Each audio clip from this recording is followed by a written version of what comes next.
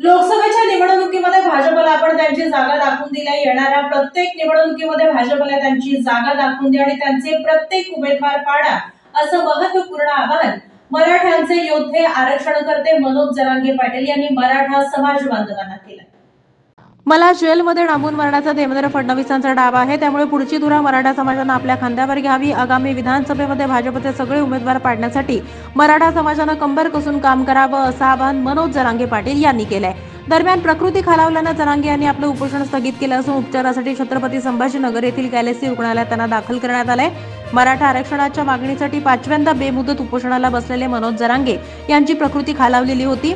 वैद्यकीय पथकाने तपासणी केल्यावर त्यांना उपचाराची गरज असल्याची विनंती केली. मराठा समाज आणि अंतरवाली सराटीतील ग्रामस्थांनी विनंती केल्यावर मनोज जरांगे यांनी आपलं उपोषण स्थगित करण्याचा निर्णय घेतलाय.